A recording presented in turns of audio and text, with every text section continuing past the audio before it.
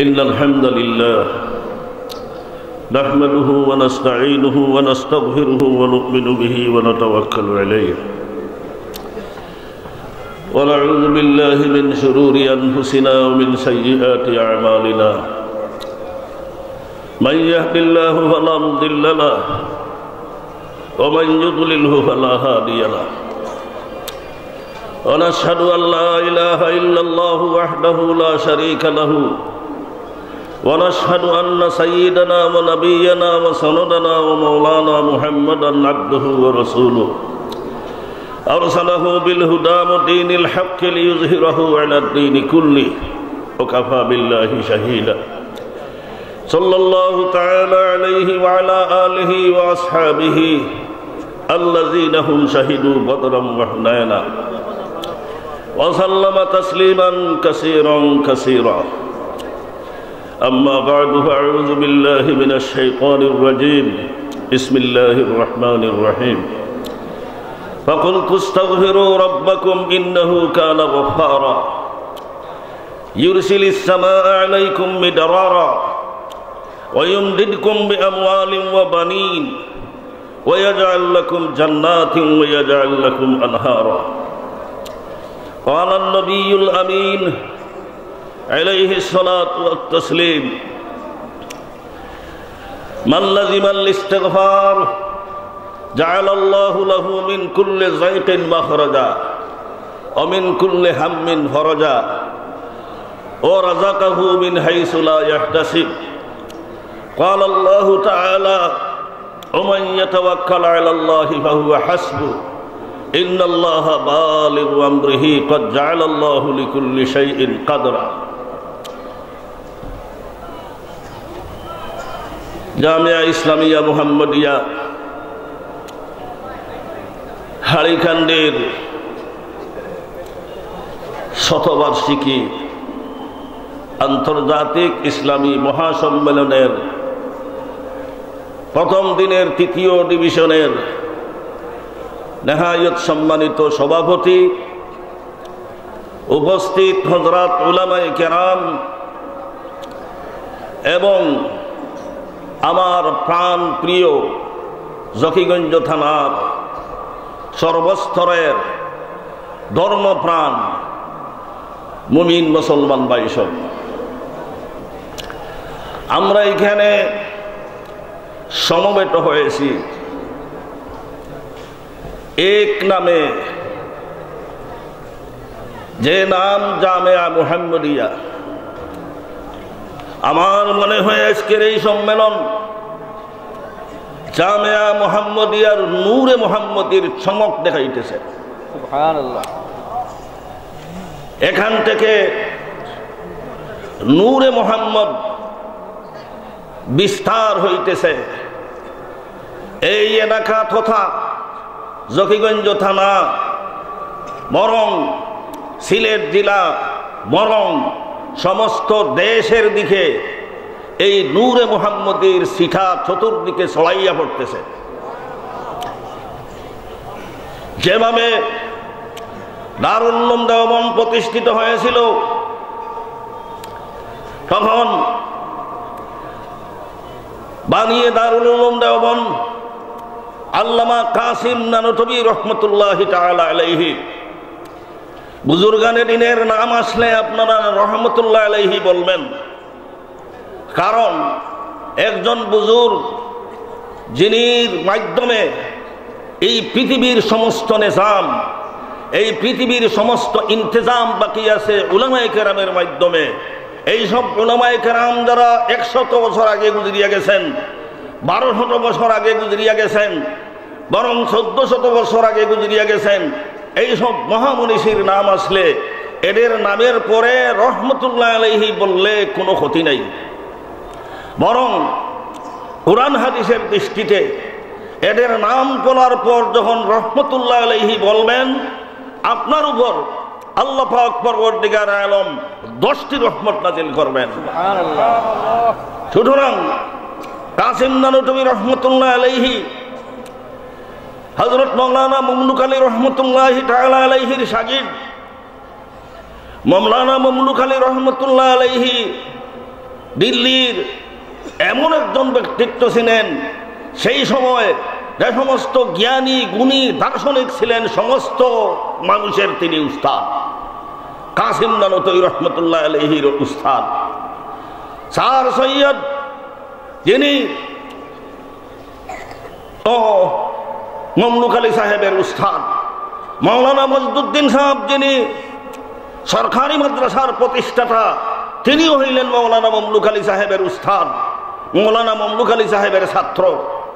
Sir Syed যিনি কলিকাতা ক্যালকাটা যে বিশ্ববিদ্যালয় প্রতিষ্ঠিত করেছেন, উনিও মৌলানা মমলুক আলী সাহেবের ছাত্র। কাফিয়া সরেজামি এই সবগুলা কিতাবাদি এমনভাবে পড়াইতেন যে দর্শনের মধ্যে সেই জমানার কোনো ব্যক্তি এইরকম পড়ানি দিত না। ইমামে রব্বানি কুতবুল আলম আল্লামা রশিদ আহমদ গঙ্গোহী রহমতুল্লাহ আলাইহি, তিনি জীবনীতে দেখলাম তিনি বলেন যে মমলুক আলী সাহেব এমন একজন উস্তাদ, কঠিনের চেয়ে কঠিন সবক লইয়া তিনির কাছে গেলে পানির মতো সহজ করিয়া দিতেন এবং মুক্তসর তকরির দিতেন, লম্বা কিছু বলতেন না। এই দেশের মধ্যে যে সমস্ত উস্তাদগণ, যে সমস্ত মুহাদ্দিসিনগণ, যে সমস্ত ফকিহগণ বাড়তি বাড়তি তকরির দিয়া ছোট্ট ছোট্ট কথা দিয়ে বিষয়বস্তুটা বুঝাইয়া দিতে পারেন, এরাই এই দেশের মধ্যে সবচেয়ে বেশি সুনাম এবং বিচারক শিক্ষক। এদের কাছে ছাত্ররা পড়ার জন্য পাগল হয়ে যায়। আর যিনি যা কিছু পড়লেন এই সবগুলো ছাত্রের সামনে পেশ করে নেন, কোনো তরতিব নাই, কোনো নিয়ম নীতি নাই, ইলম অনেক বেশি, কিন্তু এদের কাছে কোনো ছাত্র পড়তে রাজি নয়। আমি ধন্যবাদের সাথে বলতে চাই, এই মাদ্রাসার রূপকার বরং দাতুরসিয়াত যিনির হাতে হয়েছিল, উনি হইলেন শেখ আব্দুল গনি রহমতুল্লাহি তাআলা আলাইহি। বলেন তবে রহমতুল্লাহি আলাইহি, রহমতুল্লাহি আলাইহি। তিনি এই মাদ্রাসার দাতুরসিয়াত যা কিছু হয়েছে আপনাদের সকল সামনে তিনির মাধ্যমে, তিনির বন্ধ নসিহত পড়ানি, এই সবগুলা ছিল সংক্ষিপ্ত। আমি জীবনে এক সবক পড়েছি উনার কাছে, হেদায়েতুন নহর জমাত যেমন আদলের তারিফ তিনি আমাকে পড়াইছেন। আমি বুঝেছি আরো উস্তাদগণ আছেন, কিন্তু সংক্ষিপ্তভাবে তিনি যেভাবে আদল একটা আসবাবে মানুষের মধ্যে একটা হইয়া থাকলো আদল, এই আদলকে তিনি যেভাবে বাট্টি করে বুঝাইয়া দিছেন, আমি আর কোনো উস্তাদ এই জমানাত এইরকম পাইছি না। সুবহানাল্লাহ বলতে কি অসুবিধা হয় নাকি?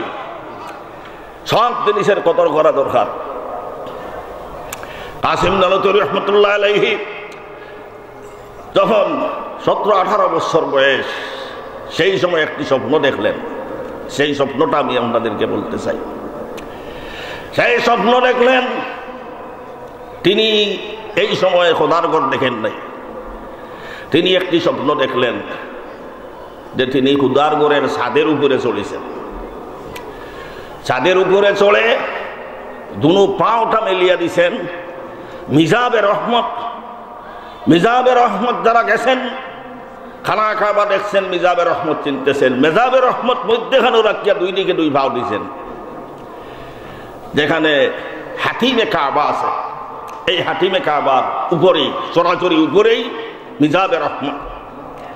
এই মিজাবে রহমতের নিচে কোনো মানুষে দোয়া করলে খোদাউন্দে কুদ্দুস সেই দোয়াকে ফিরত দেয় না। এই দোয়াকে আল্লাহ পাক পরবর্তীকারে আলম কবুল করে নেন। সুতরাং হযরত আয়েশা রাদিয়াল্লাহু তাআলা আনহা যখন নবী আলাইহিস সালাতু ওয়াস সালামকে বললেন, বুখারী শরীফের রিওয়ায়াত, যে হযরত আমি ইচ্ছা পোষণ করতেছি, আমাকে একবার খানায়ে কাবার ভিতরে ঢুকাইয়া দেন। হুজুরে পাক সাল্লাল্লাহু আলাইহি সাল্লাতু ওয়াস সালাম হাতিমে কাবার মধ্যে নিয়ে গেলেন।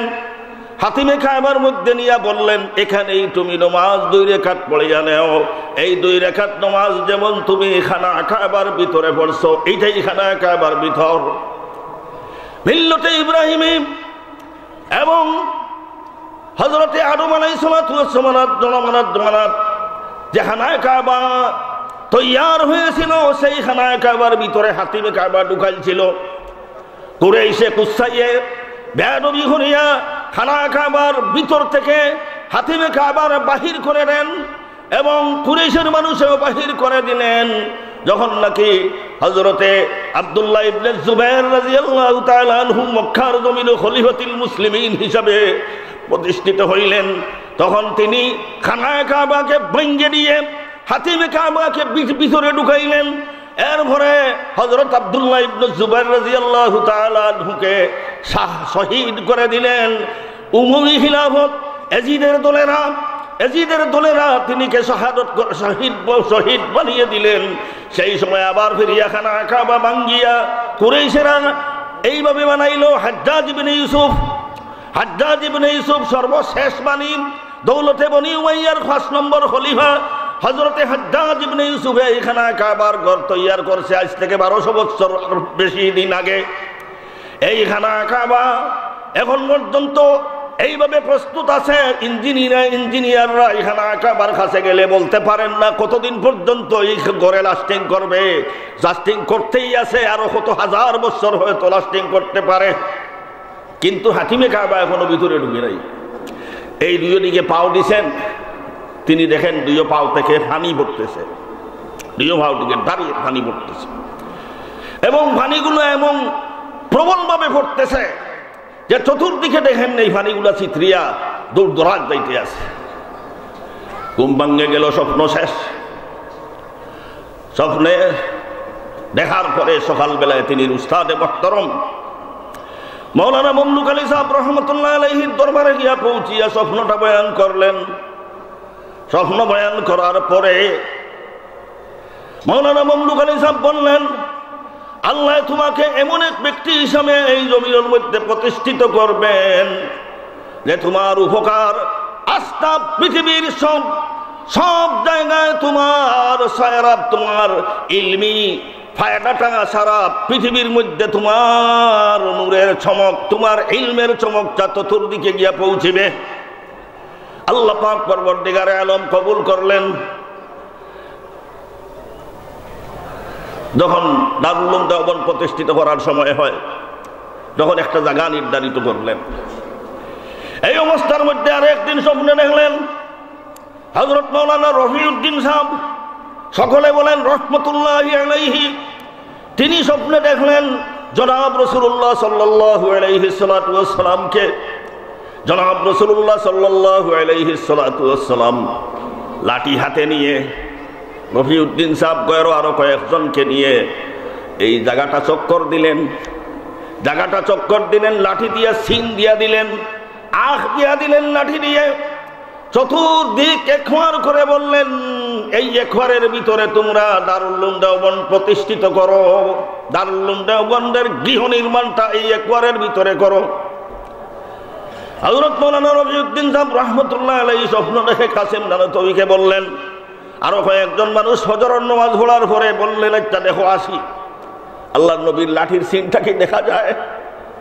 সকল বাইর হইয়া গেলেন এবং নবী আলাইহিস সালাতু ওয়াস সালাম যেখান থেকে লাঠি দিয়ে চিহ্ন দিয়ে আরম্ভ করলেন, এই জায়গায় একবার হবে সরাসরি লাঠির চিহ্নটা এই সব উলামায়ে কেরাম দেখতে পান। এই দিকেই চিহ্ন দিয়া দারুল উলুম দেওবন্দের একবার এবং বিল্ডিং বানানোর আগে যে ওয়াল প্রস্তুত হইল, এই সিরিয়ালে জনাব রাসূলুল্লাহ সাল্লাল্লাহু আলাইহি সাল্লামের ইশারা যেভাবে ছিল, ইলিয়াস রহমতুল্লাহি তাআলা আলাইহি তিনির মাধ্যমে এই যে দল, এই যে জমাত প্রতিষ্ঠিত হয়, তিনি ছিলেন দারুল উলুম দেওবন্দের সন্তান। সুতরাং তবলিগ জমাতের এই কামিয়াবি প্রকৃতপক্ষে দারুল উলুম দেওবন্দের কামিয়াবি। তবলিগ জমাতের কোনো ব্যক্তি বুঝে দারুল উলুম দেওবন্দের লগে আমার কোনো সম্পর্ক নাই, তাহলে ভুল করবে। এটা হয়তো অন্য কোনো তবলিগ হবে, যে তবলিগ দ্বারা মানুষকে গুমরাহ করা হবে। আজ এই তবলিগ নিয়ে সিনিমিনি চলছে। তবলিগের একদল যারা দারুল উলুম দেওবন্দকে তারা ফলো করে না, দারুল উলুম দেওবন্দের আলিম উলামাকে তারা কোনো মূল্যায়ন করে না, তারার ইচ্ছা মতো তবলিগ জমাতকে পরিচালনা করতে চায়। এই ভারতের মৌলবী সাহেব তার দিলের ভিতর থেকে যা কিছু আসে সে মনে করে এইটাই শরীয়ত। তার মনের মধ্যে থাকি যখন আয় তখন বলে সে মুসা আলাইহিস সালাতু ওয়াস সালাম দোষ করেছেন। বলেন নাউযুবিল্লাহি মিন যালিক। মুসা আলাইহিস সালাতু ওয়াস সালাম আল্লাহর নবী, আল্লাহর নবী দাওয়াত দিয়া নিলেন তুর পাহাড়ে গিয়া। আল্লাহর নবী সাল্লাল্লাহু আলাইহি সাল্লাম 40 দিন ইতিকাফ করলেন। এই 40 দিনের ইতিকাফের মধ্যে কিছু মুসা আলাইহিস সালামের উম্মত মুরতাদ হয়ে কাফির হয়ে গেলেন। তখন উনি বলতেছে তিনি গেলেন কেন? তিনি যাওয়াটা উচিত হয় নাই। কে নিল? আল্লাহ।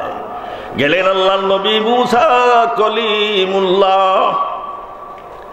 আল্লাহর নবী মুসা কলিমুল্লাহ আল্লাহর সাথে সরাসরি কথা বলতে পারতেন। এই কলিমুল্লাহরে আল্লাহ নীলা দাওয়াত দিয়া মৌলভী সাদ বলে ভুল করেছেন। যিনি আম্বিয়া কেরামের ভুল ধরতে পারেন, উনির যে তবলিগ হবে এই তবলিগ কি সঠিক হবে? কখনো না। যে তবলিগ করতে গিয়ে নবীকে দোষী বানানি লাগে, এই জগতের মুসলিম মুসলমান সেই তবলিগকে পছন্দ করবে না। যেই তবলিগের দলীয় দাওয়াত দিতে হইলে নবীকে দোষী বানানো হবে, এই ধরনের তবলিগ করা এই দেশের মুমিন মুসলমান মানে না, মানবে না, মানতে পারবে না। সুতরাং খুব ঘুষে চলতে হবে, খেয়াল করে চলতে হবে। আমি মদিনায় তৈবা এক রমজান মাসে শেষের 10 দিনে ইতিকাফে ছিলাম। তখন বাংলাদেশ আস্থা পৃথিবীর সবচেয়ে সংখ্যাগরিষ্ঠ মুসলিম ইন্দোনেশিয়ার কিছু মানুষের সঙ্গে আমার সাক্ষাৎ হলো। মদিনা ইউনিভার্সিটির কিছু সংখ্যক ছাত্রও ছিলেন। এরা সকলে মিলে আমরা ইন্দোনেশিয়ার মানুষের সঙ্গে সাক্ষাৎ করি। এরা না বাংলা বুঝে, না উর্দু বুঝে, না হিন্দি বুঝে, না আরবি বুঝে, না ইংলিশ বুঝে, কোনোটাই কিছু বুঝে না। তারা ইন্দোনেশিয়ার কথাই বুঝে। তাই হোক আরবি, ইংলিশ, হিন্দি এই সবগুলা মিলিমিশিয়া কিছু জিজ্ঞাসা করলাম, দেখি কি একটা পড়তেছে। তার সামনে একটা বই, বললাম এটা কি? বলি এটা কোরআন শরীফ। কোরআন শরীফ সাইটে দেখি, বলে সাইটে দিই এটা কোরআনের ব্যাখ্যা। উনি খেয়ে লেখছেন, উনি ভারতের একজন বড় মৌলবী, যিনির নাম শেখুল হিন্দ হকলে হক্কার রহমতুল্লাহ তাআলা আলাইহি, কাসিম নানুতুই রহমতুল্লাহ আলাইহি সাকিব শেখুল হিন্দ। আর এই শেখুল হিন্দের কুরআনে কারীমের তর্জমা লেখছে। এই তর্জমা ইন্দোনেশিয়ান ভাষায় আজকে ইন্দোনেশিয়ার মধ্যে চলতেছে এবং বলতেছে যে আমাদের দেশে যে সমস্ত প্রতিষ্ঠানগুলো আছে সমস্ত প্রতিষ্ঠানের মধ্যে ভারতের দারুল উলুম দেওবন্দকে ফলো করে এই সব প্রতিষ্ঠানগুলো পরিচালিত হোক। সুবহানাল্লাহ। এই সময় এই ভাইদাটা পৌঁছেছেন কাসিম নানুতুই রহমতুল্লাহি তাআলা আলাইহির পায়ের যে পানির নালা ছিল অল পৃথিবীর মধ্যে বিস্তার লাভ করছে। আজকে এই বিস্তার লাভ করায় জামিয়া মুহাম্মদিয়া প্রতিষ্ঠিত হয়েছে। যে প্রতিষ্ঠানের সর্বপ্রথম প্রতিষ্ঠাতা তিনি জীবনী বেশি পাওয়া যায় না, যেহেতু ব্রিটিশের যুগ। সেই সময়কার কোনো মানুষ নাই। মৌলানা আব্দুল আলী সাহেবের নাম আছে। জীবনী যেগুলা লেখা হয়েছে তেমন কোনো তথ্য এটার মধ্যে তুকাইয়া মিলে না। এর বাদে যিনি মুহতমিম ছিলেন উনি হইলেন হযরত মৌলানা আব্দুল গনি চৌধুরী সাহেব, সকলেই বলেন রহমতুল্লাহ আলাইহি। উনি সম্পর্কে আমরা যতটুকু জানি, শুনছি, দেখি নাই। উনিকে আমরা অতটুকু জানি দরগা বাহারপুর গ্রামে, পর্দনা গ্রামে, দরগা বাহারপুর অনেকেই চিনে না। এই জায়গায় সবচেয়ে বেশি মানুষে চিনে, দেশ বিদেশে যারকে চিনে উনি হচ্ছে হালিখান্তিকে চিনে। কিন্তু হালিখান্তি ছোট্টখাট্ট একটা গাঁও, তার কোনো লোক সংখ্যাও তেমন কোনো উল্লেখযোগ্য কোনো মানুষ আছে বলে কোনোদিন আমি জানি না। আমাদের জমানায় ছিল না, বর্তমানে হালিখান্তিতে খুব উল্লেখযোগ্য কোনো মানুষ আছে বলে তাও জানি না। কিন্তু এমনভাবে পরিচিত আজকে লন্ডনের জমিনও, আমেরিকার জমিনও, ইউরোপের জমিনও, আফ্রিকার জমিনও হালিখান্দির নাম বললে সকলেই চিনে হালিখান্দি। কিন্তু কোথায় হালিখান্দি কেউ জানে না। এই দিনী মাদ্রাসার প্রধান খেদমত করে সারা জিন্দেগি গেছেন এই দরগা বাহারপুর গ্রামের মানুষ। যে গ্রামের মানুষের মধ্যে কোনো এক বাড়িতে 2-3 জন ছাত্র নজিং ছিল। আমরা থাকতেন যে সমস্ত মানুষের বিশেষ প্রভাব ছিল, জামাত জমিদার স্টাইলের মানুষ ছিলেন। এর মধ্যে ছিলেন একজন প্রধান, মাঝে মধ্যে কোনোদিন মুহতমিম হইতা, উনির নাম হইল মুদরিস আলী আজিজ, মুদই আজি বলা হইত। কোনো সময় তুমি মুহতমিমও ছিলেন। মাদ্রাসার জন্য নিবেদিত প্রাণ একজন আশিক ছিলেন তিনি। মাদ্রাসার জন্য বায়ুমপুরি রহমতুল্লাহ আলাইহিকে তিনি বাবা ডাকতেন, বরুণার সাহেবকে তিনি বাবা ডাকতেন। জানি না ওনার কোনো ওলাদ আছেন কিনা। একজন আমার তালয় জনাব হাজি আব্দুল গফুর সাহেব, হয়তো উনি থাকতে পারেন। আর এই বাড়ির কোনো মানুষ নাই। এই বাড়ির মানুষ এই বাড়ির মানুষ মাদ্রাসার জন্য সব সময় নিবেদিত প্রাণ। যখন আমরার সময় কোনো ছাত্র লজিং হইতো না, যা উদয়াদের বাড়িতে হয়ে যায়, একটা বোর্ডিং এর মতো থাকতো। জানি না এখন তাদের অবস্থা কেমন। সেই সময় তারা জমিদার স্টাইলের মানুষ আছে। আর ছিলেন দরগা বাহার প্রোগ্রামের আমার লজিং মাস্টার হজরত জনাব মনুর আলী সাহেব, হাজি মনুর আলী সাহেব, হাজি আরজদ আলী সাহেব, মেঘা আজি সাহেব, আরো হতো আজি সাহেব, আব্দুল ওয়াহাব আজি সাহেব। এটা পরে গিয়ে মুরব্বী বললেন, এখন তো কই কোনো মানুষ নেই, হ্যাঁ কিসি কো নেই চিন্তা, কাউকে চিনা যায় না, কে কার কি, বাঘের নাম বললেও চিনি না, দাদার নাম বললে চিনা যায় বলে অমুকের নাতি। এই ধরনের অবস্থা। এই দরগা বাহার প্রোগ্রামে সব মেহনত করে গেছেন। এই আব্দুল গনি চৌধুরী রহমতুল্লাহি তাআলা আলাইহি, উনির অত্যন্ত পরিশ্রম। এই ফরদোনাগামের মসজিদের ইমামতি যখন করেন, এই যে রাস্তা ফরদোনাগাম, ফরদোনা মানে পয়ের দোনাগ্রাম, পয়ের দোনাগ্রাম, মানুষে আইয়া ফাও দিয়ে আঠিয়া। আমি দেখেছি পাকিস্তান পিরিয়ডে সব মানুষ পাঠা অঞ্চলের এই রাস্তা দিয়ে খালিগঞ্জের বাজারে যাইতেন, ঠিক না বেঠিক?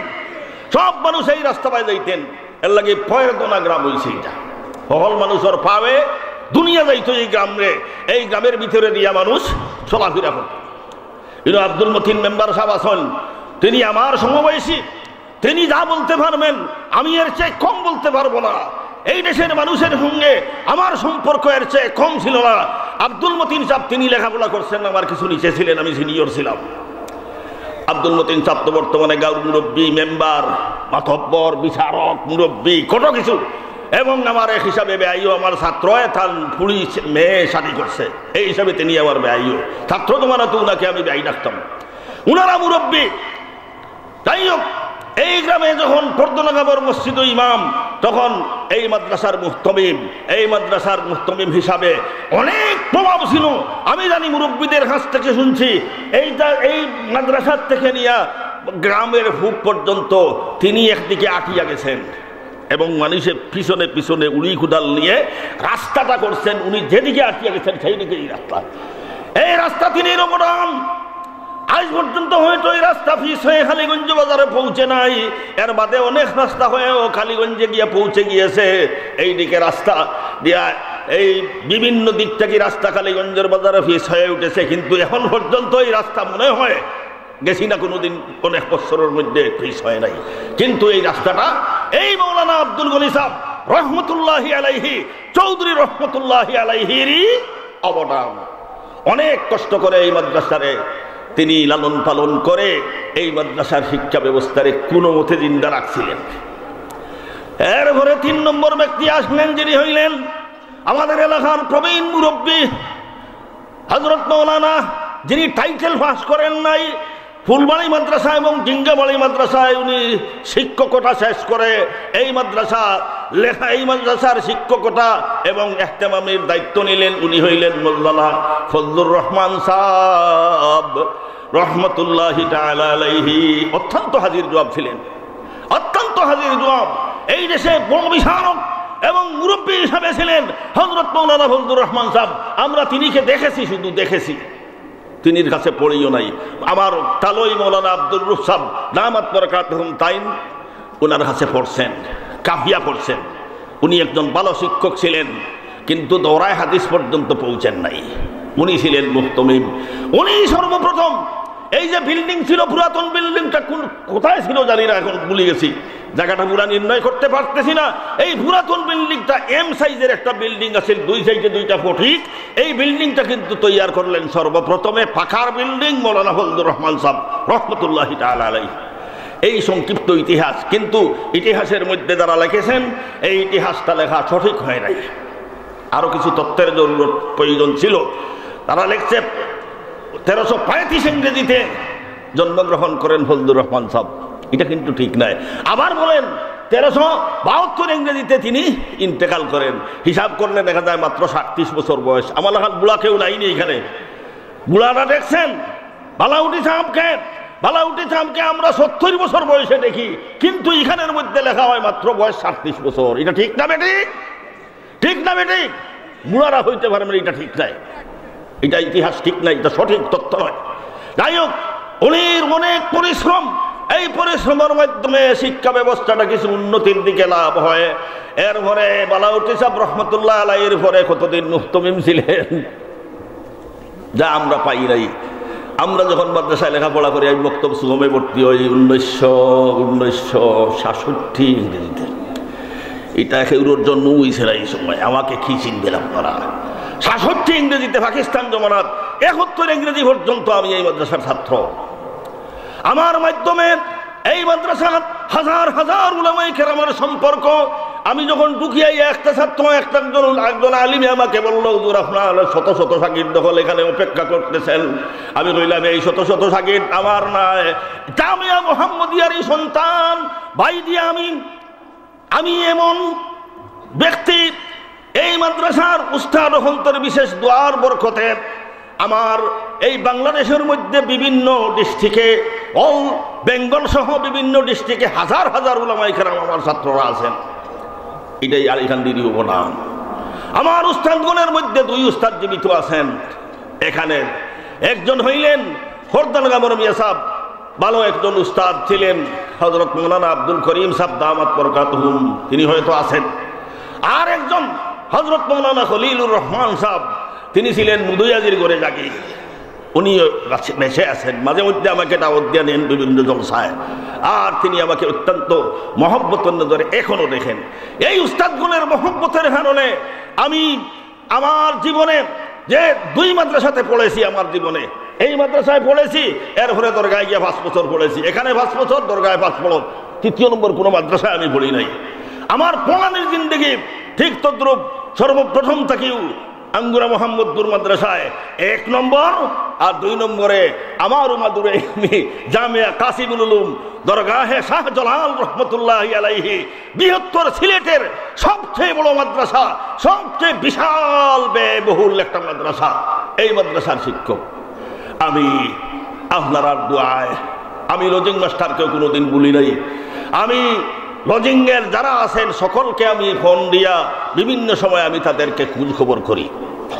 আমাকে যারা মহব্বত করছেন তাদেরকে আমি বলি নাই।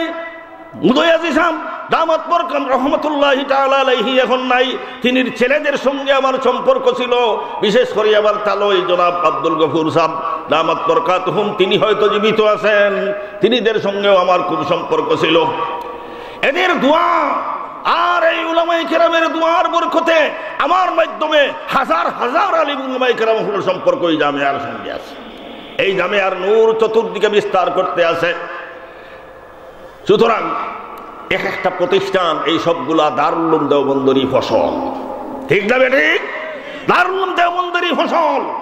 এই ফসল আমি মনে করি দিন দিন বৃদ্ধি পাবে। ये नूर यहाँ चमकती है, ये नूर हमेशा चमकी गए। जो नूर यहाँ चमकती है, ये नूर यहाँ हमेशा चमकेगा। सब समय नूर चमकीते থাকবো। এই মাদ্রাসা কিয়ামত পর্যন্ত টিকিয়ে থাকবো। এই এলাকার মানুষের জন্য নাজাতের জরিয়া এই প্রতিষ্ঠান। সুতরাং এই প্রতিষ্ঠানের সঙ্গে আপনারা সুসম্পর্ক রাখবেন ইনশাআল্লাহ। এই মাদ্রাসার খাতিরে এই এলাকার সমস্ত মুর্দেগান সকলকে আল্লাহ পাক পরবর্তীকার আলমে মাফ করে দিবেন।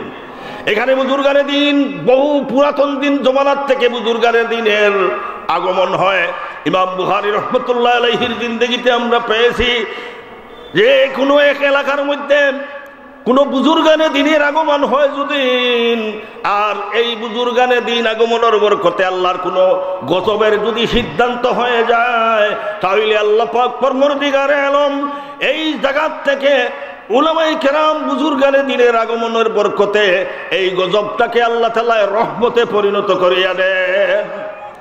এই যে জায়গা, এই জায়গা এটা সেই জায়গা নয় যে জায়গার থেকে হাজার উলামায়ে কেরাম বাহির হয়ে গেছেন, যে জায়গার থেকে সোনা নয়, রূপা নয়, ডায়মন্ড তৈয়ার হয়ে আস্থা বিশ্বজগতের মধ্যে উলামায়ে কেরামরা ইলম বিস্তার করতে আছেন।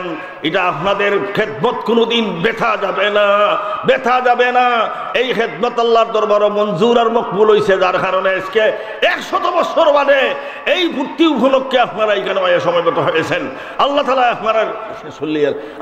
আপনার আগমনকে কবুল করুন এবং এই মাদ্রাসার জন্য আপনারা বদ্ধপরিকর হন। যতদিন জীবিত অবস্থায় আছেন প্রত্যেকে যার যারি হাওসলা অনুযায়ী সাহায্য সহায়তা করবেন এবং আল্লাহর দরবারে দোয়া করবেন এবং আল্লাহর দরবারে মুনাজাত করবেন যে আল্লাহ পাক পরবর্তীকারে আলমের এই মাদ্রাসার এই জামিয়ার যাবতীয় জরুরতকে আসমানি হাজারাত থেকে পুরা করে দেন। সকলে বলেন আমিন। ওয়া আখিরু দাওয়ানা আলহামদুলিল্লাহি রাব্বিল আলামিন। আসসালামু আলাইকুম ওয়া রাহমাতুল্লাহ।